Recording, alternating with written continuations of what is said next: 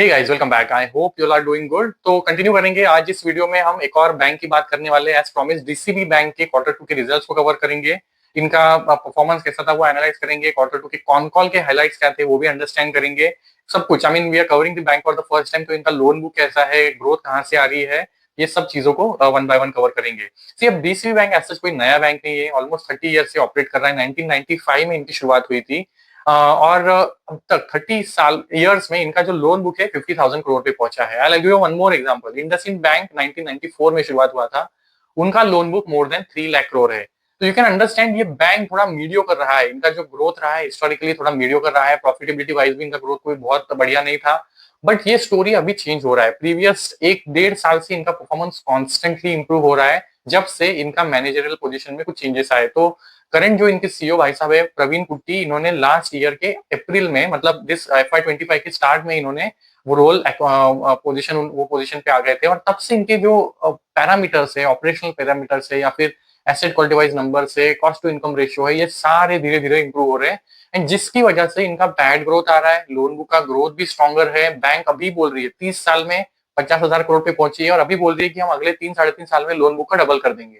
तो यहाँ तक का जर्नी अब तक जो प्रीवियस 1-1.5 साल में किया है वो भी बेटर होते जा रहा है धीरे धीरे। आगे के लिए तो और पिक्चर बेटर है।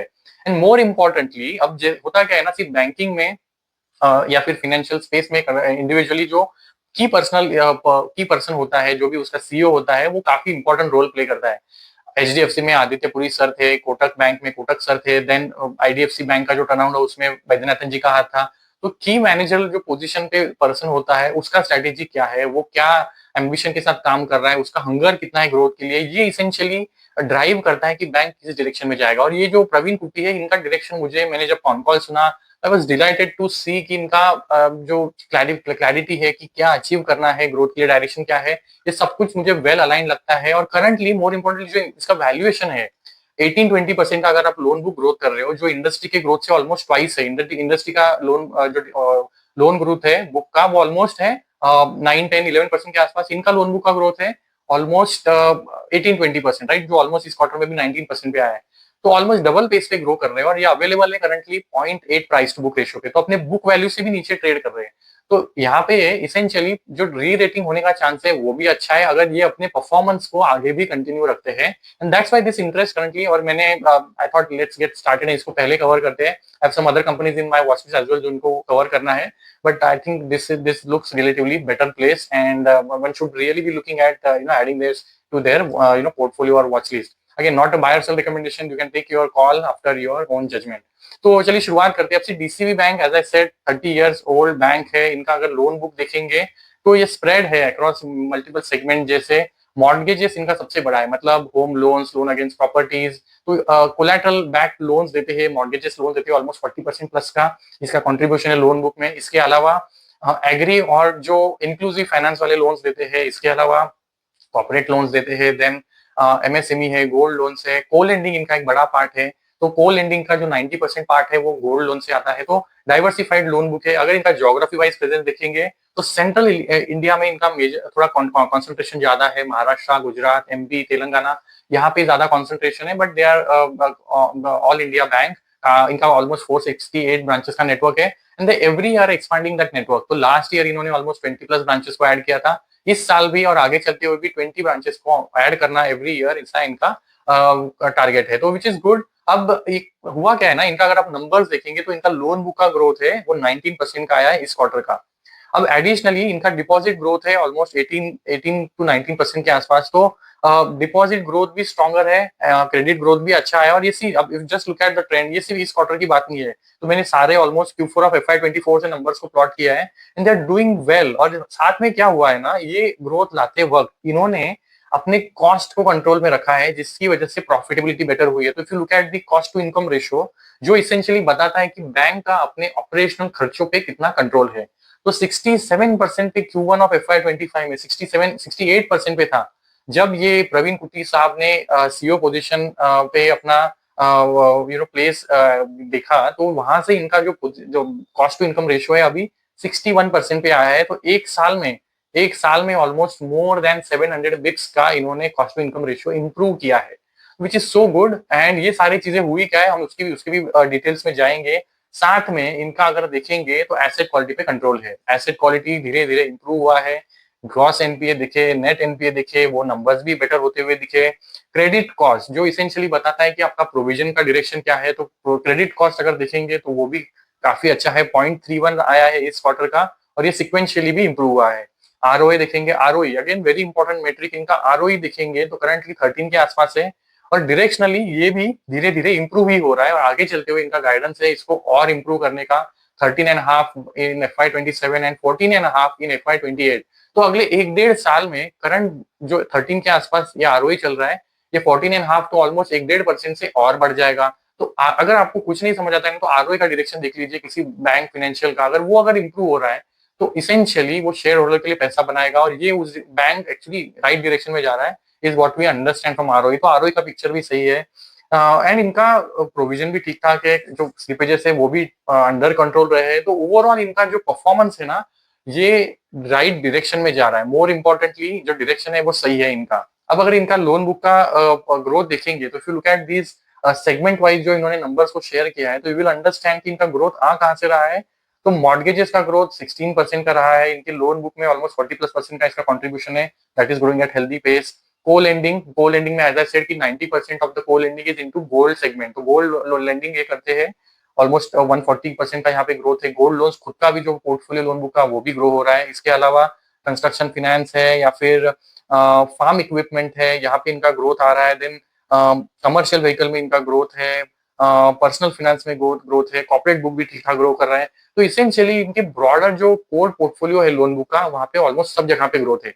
अब को लेंडिंग में इतना बड़ा ग्रोथ इसलिए दिख रहा है बिकॉज लास्ट ईयर में अराउंड Q1 Q2 इनका जो पार्टनर था को लेंडिंग में, आई थिंक इन्होंने नाम नहीं लिया उसका, but I am guessing it is going to be IIFL।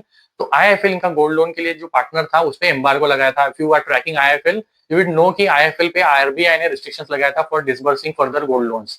तो क्योंकि लास्ट ईयर में IIFL लोन्स नहीं दे रहा था और ये इनका मेजर पार्टनर था गोल्ड लोन के लिए, तो लास्ट ईयर का Q1 Q2 में इनका लोन बुक का ग्रोथ नहीं था, जिसकी वजह से जो बेस था वो छोटा था, और इसलिए इस क्वार्टर का जो को लेंडिंग का ग्रोथ है वो सिग्निफिकेंटली हायर दिख रहा है ऑन दैट लोअर बेस। तो दैट्स व्हाई को लेंडिंग का growth is looking extraordinary high. But that number इनका कहना है कि करंटली जो को लेंडिंग का पार्ट है इनके लोन बुक का ऑलमोस्ट 16.5% के आसपास है, बट ये 15% पे टारगेट करने वाले हैं। तो बेसिकली को लेंडिंग का जो परसेंटेज है वो आगे चलते हुए नहीं बढ़ने वाला है, ये खुद लोन बुक को, गोल्ड लोन के बुक को ग्रो करने वाले हैं, and other segments are also going to grow. तो जिसकी वजह से मॉडरेट होगा, ये अराउंड 15% पे इन्होंने उसको रेस्ट्रिक्ट किया है, वहीं तक उसको ग्रो करेंगे। तो ये इनका अप्रोच रहने वाला है। अब इसके अलावा इनका अगर डिपॉजिट साइड पे देखेंगे तो डिपॉजिट में इनका जो कंट्रीब्यूशन आता है, जो डिपॉजिट का कंट्रीब्यूशन है उसमें टीडी जो है वो मेजर कंट्रीब्यूटर है। ऑलमोस्ट 74-75% जो डिपॉजिट बेस है वो टीडी से आता है, टर्म डिपॉजिट से आता है। अब सी ना इनकी थिंकिंग भी इस एस्पेक्ट में थोड़ी अलग है। अब जो टिपिकली बैंक्स होती है they try to raise their CASA percentage, जो एक लो कॉस्ट डिपॉजिट होता है, राइट। अगर आपका कासा का परसेंटेज बेटर होगा तो आपका जो ओवरऑल कॉस्ट ऑफ फंड्स है वो अंडर चेक रहते हैं, जिसकी वजह से आपको बेनिफिट मिलता है जो आपके निम्स होते हैं उसको मेंटेन करने में या फिर ग्रो करने में। बट सी इनका जो थिंकिंग है वो अलग है। इनके मैनेजमेंट का कहना है see now the people are getting aware कि जो करंट अकाउंट है सेविंग अकाउंट में वहां पे कुछ पैसा बनता नहीं है, they are moving into high return assets like may be FDs या फिर टर्म डिपॉजिट या फिर लिक्विड म्यूचुअल फंड्स, तो या फिर इवन स्टॉक मार्केट में। तो people are investing at different places जहां पे बेटर रिटर्न जनरेट हो।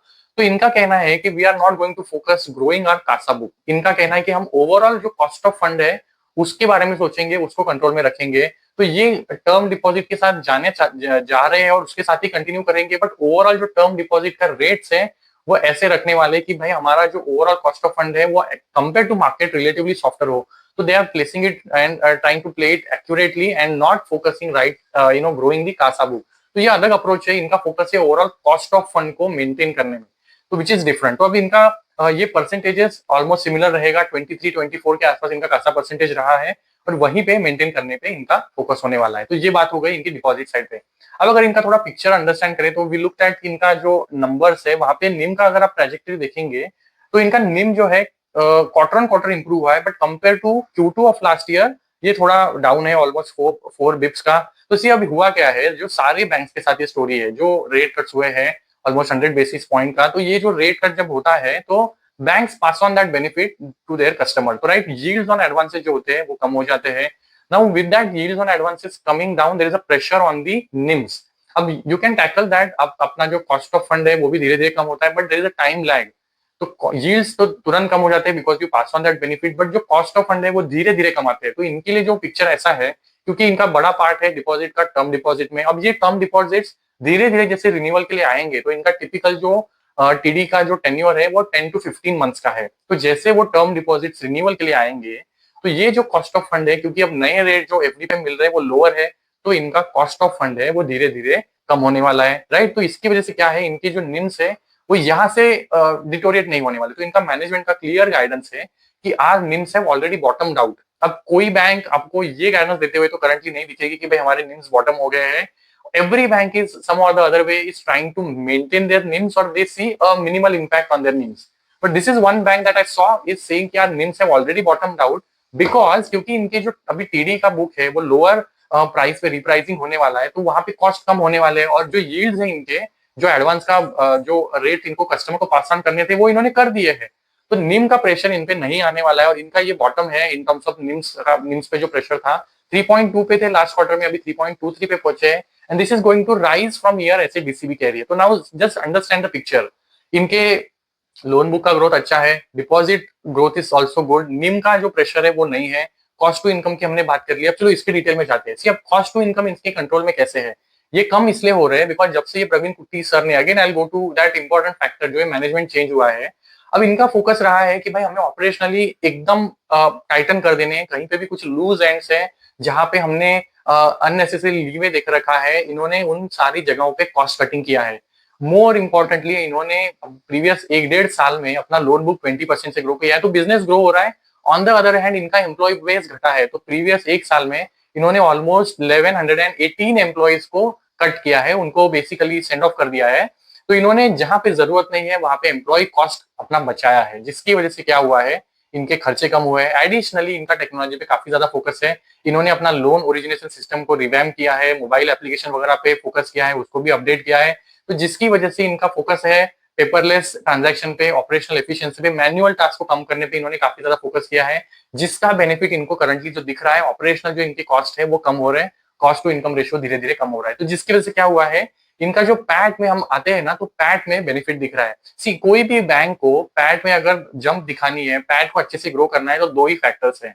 एक तो आपको ऑपेक्स पे जो आपका ऑपरेशनल एक्सपेंस है वो कंट्रोल में होना चाहिए, और दूसरा आपका एसेट क्वालिटी कंट्रोल में होना चाहिए। और इस बैंक का अगर आप देखेंगे ना, तो डायरेक्शनली कहा जा रही है दोनों चीजें, कॉस्ट टू इनकम भी कंट्रोल में है, एसेट क्वालिटी भी कंट्रोल में है, तो जिसकी वजह से इनका पैट है ना वो अच्छा ग्रो कर रहा है। तो ये इनका स्टोरी रहा है।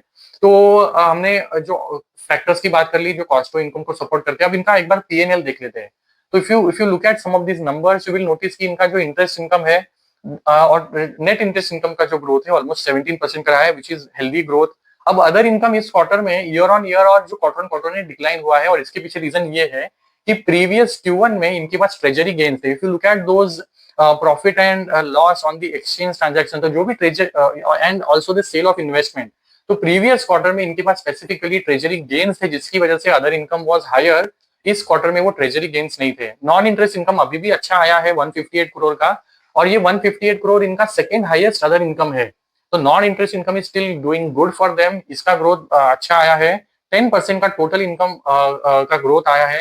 And just look at the operational expenses, they have hardly grown by 4%, and quarter on quarter compare करेंगे तो ये 2% से घटा है। तो बेसिकली ऑपरेशनल एक्सपेंस पे इन्होंने एकदम अपने स्क्रूज को टाइट किया है, जहां पे भी फ्लैब है, जहां पे अननेसेसरी एक्सपेंसेस हो रहे थे, they have curtail those expenses, जिसकी वजह से आप देखेंगे operating profit has jump by 19%, which is good. And come down one more level, you will notice provisions have come down quarter on quarter by 47%. अब year on year यहाँ पे jump है, but given जिनका book भी बढ़ रहा है, तो there are going to be some cost that you still incur. तो प्रोविजंस क्वार्टर ऑन क्वार्टर 47% से डिक्लाइन हुए हैं, और आप देखेंगे तो नेट प्रॉफिट का जो ग्रोथ है that has been almost 16%। Net profit अगर पैट देखेंगे तो 18% का ग्रोथ है। तो सी क्योंकि एसेट क्वालिटी कंट्रोल में है, ऑपरेशनल एक्सपेंसेस कंट्रोल में है, तो इनका जो पैट का ग्रोथ है it is almost in line. अभी तक इनको स्ट्रॉन्ग ऑपरेटिंग लेवरेज मिलता हुआ नहीं दिख रहा है, बट अगर ये अप्रोच के साथ कंटिन्यू होते हैं, क्योंकि इनके मैनेजमेंट का ये भी कहना है कि हमने जो भी अब तक स्टेप्स लिए हैं हमारे कॉस्ट को कंट्रोल करने के लिए, उन सब का पूरा बेनिफिट नहीं मिला है और वो आगे चलते हुए हमें रिमाइंडर ऑफ द ईयर में आने वाला है। तो इसेंशियली क्या होने वाला है, इनके अगर ओपेक्स ऐसे ही कंटिन्यू रहेंगे और लोन बुक का पेस अगर बढ़ता है, बिकॉज H1 टिपिकली बैंक्स के लिए थोड़ा सॉफ्टर होता है। H2 is any any any year you compare, H2 is जो बिजनेस की ग्रोथ होती है वो बेटर होती है। तो अगर बिजनेस की ग्रोथ इंप्रूव होती है और जो ऑपरेशनल एक्सपेंस कंट्रोल में होते हैं, तो इनको ऑपरेटिंग लेवरेज स्ट्रॉन्गर मिलेगा सेकंड हाफ में, and that's why management says कि our PAT growth is going to be even better going forward. And इनके नंबर्स में हमको दिखेगा। अभी कुछ पैरामीटर्स की अगर बात करें जो इन्होंने अपने अगेन पीपीटी में शेयर किए, तो just look at some of these fields like इनका आरओई किस डायरेक्शन में जा रहा है। तो इनका आरओई का जो नंबर है, ये ईयर ऑन ईयर का नंबर मैं आपको दिखा रहा हूँ। तो जस्ट लुक एट, ये आरओई FY22 में 7.9 पे था और ये धीरे धीरे 11.7, 12, अभी 12.39 और इस क्वार्टर का 13.2 पे था। तो अगर आरओई किसी बैंक का अगर इंप्रूव हो रहा है ना, टेक इट फॉर ग्रांटेड कि ये बैंक अच्छा कर रही है, बिकॉज ये पैड बना रही है और जो इक्विटी बेस है उसके ऊपर अगर ये पैड बना रही है तो इसेंशियली शेयर होल्डर के लिए पैसा बनाएगी। तो that's why this looks to be doing reasonably well. अभी कुछ और पैरामीटर्स की बात करें, इनका यील्ड ऑन एडवांसेस देखेंगे तो ये घटा है। वी नो कि जो रेपो रेट कट्स हुए हैं जिसकी वजह से सारे बैंक्स के लिए यील्ड्स ऑन एडवांसेस घटे हैं, बट आप देखेंगे कि साथ में कॉस्ट ऑफ फंड भी घटे हैं, राइट। तो इनका नेट इंटरेस्ट मार्जिन पे प्रेशर कितना आया है, अगर आप Q4 देखेंगे, Q4 से अब तक सिर्फ 6 बेसिस पॉइंट का इम्पैक्ट है, राइट। अगर आप देखेंगे यील्ड्स ऑलमोस्ट 40-45 बेसिस पॉइंट से कम हुए हैं, बट निम पे प्रेशर कितना है, 6 बेसिस पॉइंट का। अब ये क्यों हुआ है, बिकॉज कॉस्ट ऑफ फंड भी तो घटे हैं। तो ये सब जो बेनिफिट आ रहे हैं ये आगे चलते हुए आएंगे, इसलिए निम आगे चलते हुए बढ़ने वाला है, ऐसा मैनेजमेंट का कहना है। तो इन ऑल पैरामीटर जितना इनको एनालाइज करके मैंने देखा है, they seem to be really doing well. अभी अगर कुछ और अपडेट्स की बात करें, ये ग्रोथ आगे चलते हुए कहाँ पे एंटीसिपेट कर रहे हैं, तो सिर्फ को लेंडिंग का तो हमने बात कर लिया कि ये 15% पे सीलिंग है, इसके ऊपर को लेंडिंग के बुक ओवरऑल लोन बुक का जो ग्रोथ है वहां पे आने नहीं वाला। इनका फोकस होने वाला है अगेन टू काउंटर दी जो प्रेशर है निम पे, उसको नेगेट करने के लिए इनका फोकस होने वाला है हायर यील्डिंग एसेट्स पे। तो ये फोकस करने वाले हैं। करंटली इनका अगर बुक देखेंगे तो होम लोन और लैप इनका 50-50% फोकस होता था, बट आगे चलते हुए ये लैप पे ज्यादा फोकस करने वाले हैं। अब वी ऑल नो कि लैप जो लोन अगेंस्ट प्रॉपर्टी होता है, वहां पे जो यील्ड्स मिलते हैं वो बेटर होते हैं। इट्स बेसिकली बिजनेस लोन जिसमें जो घर या फिर रेसिडेंशियल प्रॉपर्टी जो भी होती है वो एज अ कोलैटरल होती है। तो लैप पे बेटर यील्ड्स मिलते हैं और लैप का जो कॉन्सेंट्रेशन ये बढ़ाने वाले हैं, जिससे ओवरऑल जो यील्ड्स है ये बेटर होने वाले हैं। अब ये बैंक एक और कुछ इंटरेस्टिंग चीजें करती है, जैसे इन्होंने प्रीवियस कॉन कॉल में अपने मेंशन किया था, they venture and do some experiments in some of the segment जिनके जो करंटली इनके बुक में नहीं है। जैसे इन्होंने अपने लोन बुक में गोल्ड लोन को ऐड किया, ऑलमोस्ट 3-4 thousand करोड़ का बुक हो गया है। ये इन्होंने एज एन एक्सपेरिमेंट स्टार्ट किया था कि लेट्स डू इट एंड सी कैसे वर्कआउट करता है, जो करंटली इनके लिए बहुत अच्छा कर रहा है। ऐसे ही इन्होंने एजुकेशनल इंस्टीट्यूशंस को लोन देना स्टार्ट किया था, जो एक इंटीग्रल पार्ट है अभी इनके बुक का। वैसे ही अब सारे जो एक्सपेरिमेंट्स हैं जरूरी नहीं कि इनके लिए वर्कआउट करते हैं, तो इन्होंने अपने फिंगर्स बर्न भी किए थे। तो कमर्शियल व्हीकल लोन का जो पोर्टफोलियो है इनके लिए इतना अच्छा नहीं किया है, तो ये उसको उतना एग्रेसिवली ग्रो करने पे फोकस नहीं कर रहे हैं। बट एडिशनली इनका फोकस है कि एमएसएमई और जो एसएमई का जो बुक है उसको ग्रो करना है। बिटवीन 3 करोड़ टू 10 करोड़ का जो सेगमेंट है, इसमें ये लोन बुक को एमएसएमई को ग्रो करने वाले हैं। एंड विद इन नेक्स्ट 1 और 2 ईयर्स में इसको ऑलमोस्ट 400 करोड़ पे लेके जाने का इनका फोकस है। तो ये एडिशनली नए नए सेगमेंट्स में भी जाने के लिए करंटली आर वेल प्लेस्ड और यहाँ पे इनका फोकस होने वाला है, अपार्ट फ्रॉम जो करंट सेगमेंट है। तो जो कॉम्पोजिशन वाइज इनके बुक का कॉम्पोजिशन है, दैट इज गोइंग टू मोर और लेस स्टे द सेम। जो मॉर्गेजेस सबसे बड़ा है, रिटेल पार्ट ऑफ जो बुक है वो वैसे ही बड़ा ही रहने वाला है, सबसे मेजर सेगमेंट वही रहेगा। कॉर्पोरेट पे इनका फोकस होने वाला है, एमएसएमई एसएमई पे इनका फोकस होने वाला है। जो को लेंडिंग का बुक है it is going to be restricted at 15%। तो ये इनकी स्ट्रेटेजीज है। एंड मोर इंपोर्टेंटली हमने एक और पॉइंट की आई थिंक बात नहीं की, सी इनका जो स्लिपेज का नंबर है, सी एसेट क्वालिटी का आपको इंडिकेशन अगर लेना है कि भाई आगे चलते हुए क्या हो रहा है, तो just look at what is happening with the slippages. तो प्रीवियस क्वार्टर में क्या हुआ था, इनको एमएफआई में जो इनका बहुत छोटा पार्ट है लोन बुक का, वहां पे थोड़ा स्ट्रेस दिखा था। एंड जो गोल्ड लोन है जो कोल लेंडिंग के साथ ये करते हैं, वहां पे कुछ स्लिपेजेस बढ़े थे। अब सी गोल्ड में स्पेसिफिकली एनपीएस नहीं बनते, रिकवरी रेट बहुत अच्छा होता है, बट होता क्या है ना, अगर यहाँ पे वो स्लिपेज अगर बढ़ जाते हैं तो आपके ऑपरेशनल खर्चे बढ़ते हैं, बिकॉज आपको फिर रिकवरीज करनी है, 4 लोग वहां पे असाइन करने हैं।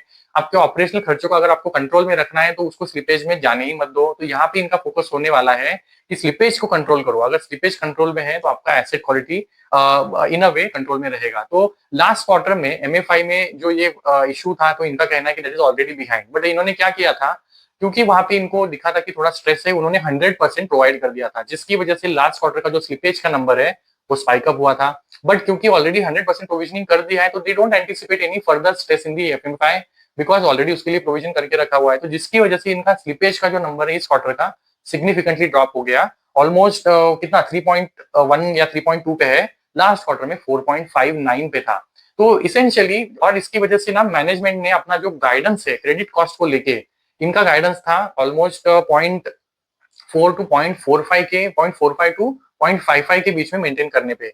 बट इन्होंने इस क्वार्टर में अपने क्रेडिट कॉस्ट के गाइडेंस को नीचे रिवाइज किया है। अब इनका कहना है कि हमारा जो क्रेडिट कॉस्ट है इट विल बी बिलो 0.45। तो what does that tell you? It is telling you कि इनका एसेट क्वालिटी पे काफी ज्यादा कॉन्फिडेंस है कि आगे चलते हुए भी डिटोरिएट नहीं होने वाला, विच is so good, right? I mean, अगर आप अच्छे से ग्रो भी कर रहे हो, डिपॉजिट बुक का ग्रोथ भी अच्छा है, निम पे आपका कंट्रोल है, going to increase going forward, operational expenses आपके कंट्रोल में आ रहे हैं, देन आपका जो एसेट क्वालिटी है वो भी अंडर कंट्रोल है, एंड देन आपका पूरा फोकस है कि भाई खर्चे कैसे कम रखो, प्रॉफिटेबिलिटी पे फोकस है, और ice on the cherry on the top of all that, आप 0.8 की बुक वैल्यू पे, प्राइस टू बुक पे करंटली ट्रेड कर रहे हो। तो what else do you expect? I mean, यहाँ से मुझे लगता है DCB bank is the best place. तो मुझे किसने पूछा था कि can you compare say DCB Bank with CSB and say Karur Vysya Bank? तो currently after analyzing and going through all the details for DCB, मुझे लगता है DCB Bank is the best place. I mean, again, not a call to buy or sell recommendation, but you can do your further analysis. मुझे currently ये bank best place लगता है, followed by CSB, because CSB का growth सबसे अच्छा है। अगर जैसे CSB बोल रहा है कि इनके अभी जो टेक वाले सारे एक्सपेंसेस है, अगर दे आर ऑल बिहाइंड, और ये सारे अगर जो खर्चे अगर वो कंट्रोल में आके आएंगे, तो इनका प्रॉफिटेबिलिटी इंप्रूव होगा, लोन बुक का ग्रोथ तो वैसे ही अच्छा है, तो CSB will also do well from here. And lastly, जो bank of Maharashtra and Karur Vysya, they are almost similar. तो ये मेरा ऑर्डरिंग है that I am currently weighing on. तो let me know if you have any queries, I will address those in the upcoming video. Thank you so much.